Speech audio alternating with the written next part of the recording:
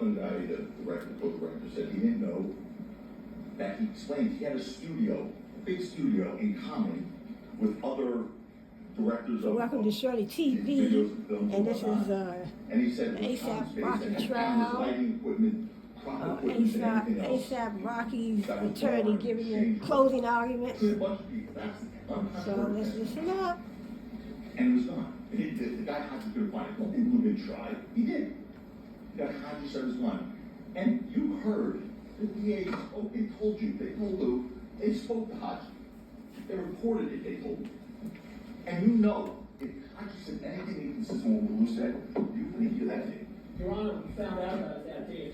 There are no speaking objections. There are no speaking objections. I told you that. You will have an opportunity in your rebuttal argument. Objection, improper argument. Overruled. Because he says it loudly, it's going to get sustained. Objection, improper Sustained. argument. That is sustained. Don't do that, Mr. Chairman. Anyway, you were heard. See that? They You knew see about that, the y'all? before this trial started. Prosecution They knew before this trial objecting started. He said that the to what he's Rockland saying. came from a music video that could have looked like, and they could have also, they could have put prop houses, a music video, whatever else. They could have done it too. But they didn't say, oh, we didn't do it. Again, you have absolutely no burden to do anything. We did provide live witness testimony. We cross-examined people. It wasn't surprising them.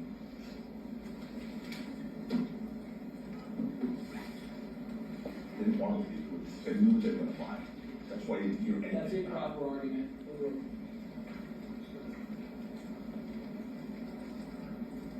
Reveille's words and actions on November 6, 2021 show you it wasn't the real gun. His words and actions show you. All the prosecution's objective evidence in this case, everything that doesn't come from Reveille shows you this was not a real gun. Common sense also shows you it was not a real gun. On that last point, the prosecution would have you believe that Rocky, you saw that video, shot a real gun at his friend Ills, who was right there. I mean, Ills was right there.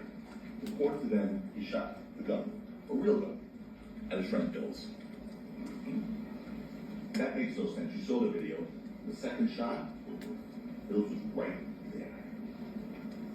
There's no way, even if that was a real gun, that Ills wasn't in there. That was real. There was no way. DA then said, well, you know, why? Why would he get rid of the prop gun? He said we haven't explained that. I think we did. I think Lou Levin explained that pretty well and pretty clearly. Remember, they didn't know 5 months later the police would come. They were thinking, oh, we better save this in case, I don't know, next year at some point I get arrested. That was the furthest thing from Rocky's mind. They did know that it did not serve its intended purpose. They did know that. So that was the end of that. Rocky got rid of that prop gun that didn't work and instead beefed up his security. So now he had to have security all the time instead of just going to events, even when he was his friends on the street. Of course, Right. He didn't know he was going to get arrested when he got rid of the prop gun. Right. So that makes sense. Let me heard from each of them. And before we get into what they said, let's talk about the process. What's supposed to be about the search for the truth. That's what it's meant to be. It's not supposed to be about just trying to win. That's what it's not supposed to be about. It's about Especially when justice. you have the power of law enforcement behind you. That's about making sure Prosecution's job to make sure that the things- defendant gets a fair trial, his due And it makes process sense in a court of law. that all the witnesses come to your attention. All That's what it's about as come to your well. attention, as we had to do in this case. Not about sending an innocent man to prison or jail. That's As what it's witnesses, not about. you were often treated roughly and ridiculed, attacked by Mr. Lewin, an obsession to win. You don't treat witnesses who came in here don't get paid to tell the truth, have no financial motive, you don't treat them like that, just purely and simply because they're not saying what you want them to say in your version of what the truth might be. You don't do that. Yeah, but the prosecution, Wait, one second. he was To a man with a hammer. cross-examining the witness, 12B, you know, kept on asking the same questions over and over, but in a different way, a different version. Because he didn't say what he wanted him to say. He even once mentioned to you all, okay, he perjured himself before you guys many times.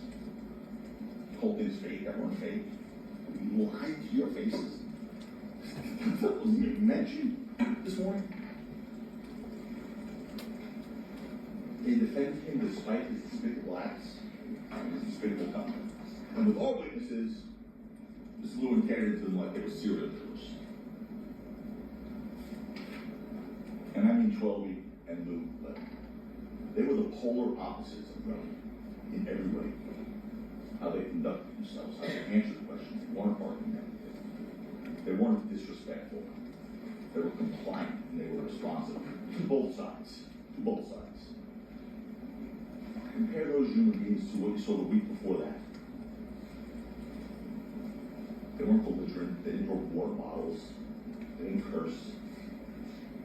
I mean, Relly, who couldn't answer any question straight, admitted to lying, and when he didn't admit to lying, got impeached for prior inconsistent statements. I'm not going to go through them all.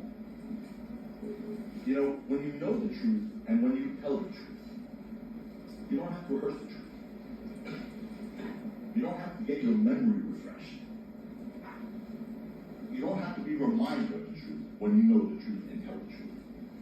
You don't have to be coached on the truth by the prosecutors. You don't have to have someone telling you how to answer questions like Relly was told in this case. You always get the truth right when you tell the truth.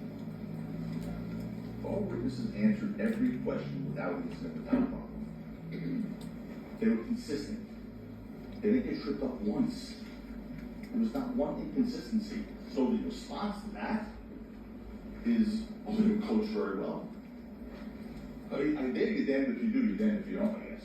Because if they had been caught up and tripped up and been inconsistent, and their truth was inconsistent, well then they're liars. Well, they were inconsistent. But because they were so consistent and they didn't get impeached, they could lay well on them. Oh, they must have been coached. They were not coached, they were consistent because they were telling the truth. And you saw that in the air. They both told you, Lou and Relly, both told you previously carried Rocky for that 6-month period. After being a victim of acts of violence. And Rocky had it on November 6, 2021. Now Rocky's friends knew, they had friends. They announced it to the world.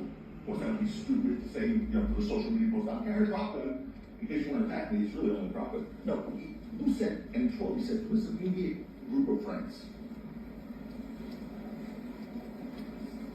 The prosecution peppered Trelby with questions about a summary of what he told us, the lawyers. As if that summary contained his prior sworn testimony, prior recorded statements, but it didn't. That's why the judge said it was irrelevant to what Trelby saw in that document. That's the improper argument. That's why the judge said it's irrelevant what Trelby saw in that summary document. That is the improper argument. Instead, the summary was simply something that lawyers have to provide as procedural discovery in this case. Look, when I hear this, they're going to try and pretend like we just came up with this prop in defense. Rocky has been saying that since day one. Here's the testimony of Becca Flores on this issue. Detective Flores was asked, was this something, when he was asked, because he was asked on direct about when did he first find out about the Rockland events, and he said, there was no deposition in criminal case to the question before. Then I said, all right, so basically, what you were being asked when we're talking about that, he just found out about his problem. What you're being asked are questions related to discovery disclosure in a criminal case, correct? And he said, yes. So Detective Flores was very honest, and I think I tried to do a good job here, told you what that was about. See, if you just listen to the director in this case, it would make it sound like only 2 weeks ago, oh, there was a problem. It's been since day one for us.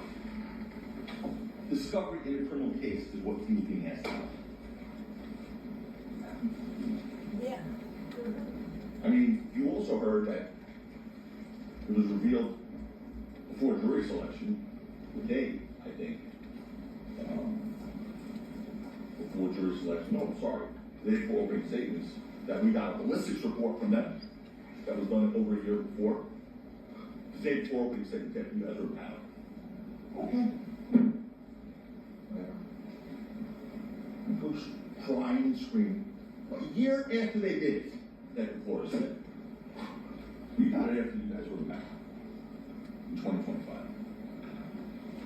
Detective Zizzo, Sergeant Zizzo, now former police officer Zizzo, said on the witness stand, yeah, we may have missed it. We didn't search the whole street. I said, really? That's important. When did you say that for the first time? He said, today, this morning, he told him that for the first time. Okay. You know, they just came up with it. This is real life. This is a trial. This is what happens. Sometimes witnesses remember things later, sometimes they don't. But I'm not accusing anyone of perjuring themselves like police officers is, because he just remembered that day 5 years later. You know? I mean, it's sort of odd. 5 years after the fact, he remembers. They may have missed it. But that's okay.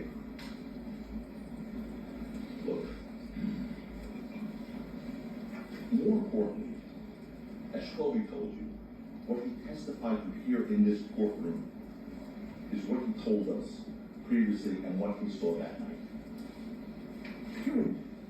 He was consistent, he was credible, unlike Relly, who actually contradicted his own recorded statements, and unlike Relly, who actually contradicted his prior sworn testimony over and over again. He committed perjury, he bragged about committing perjury. And the fact that the prosecution tried to make you believe that his summary was Trump's actual statement when it wasn't.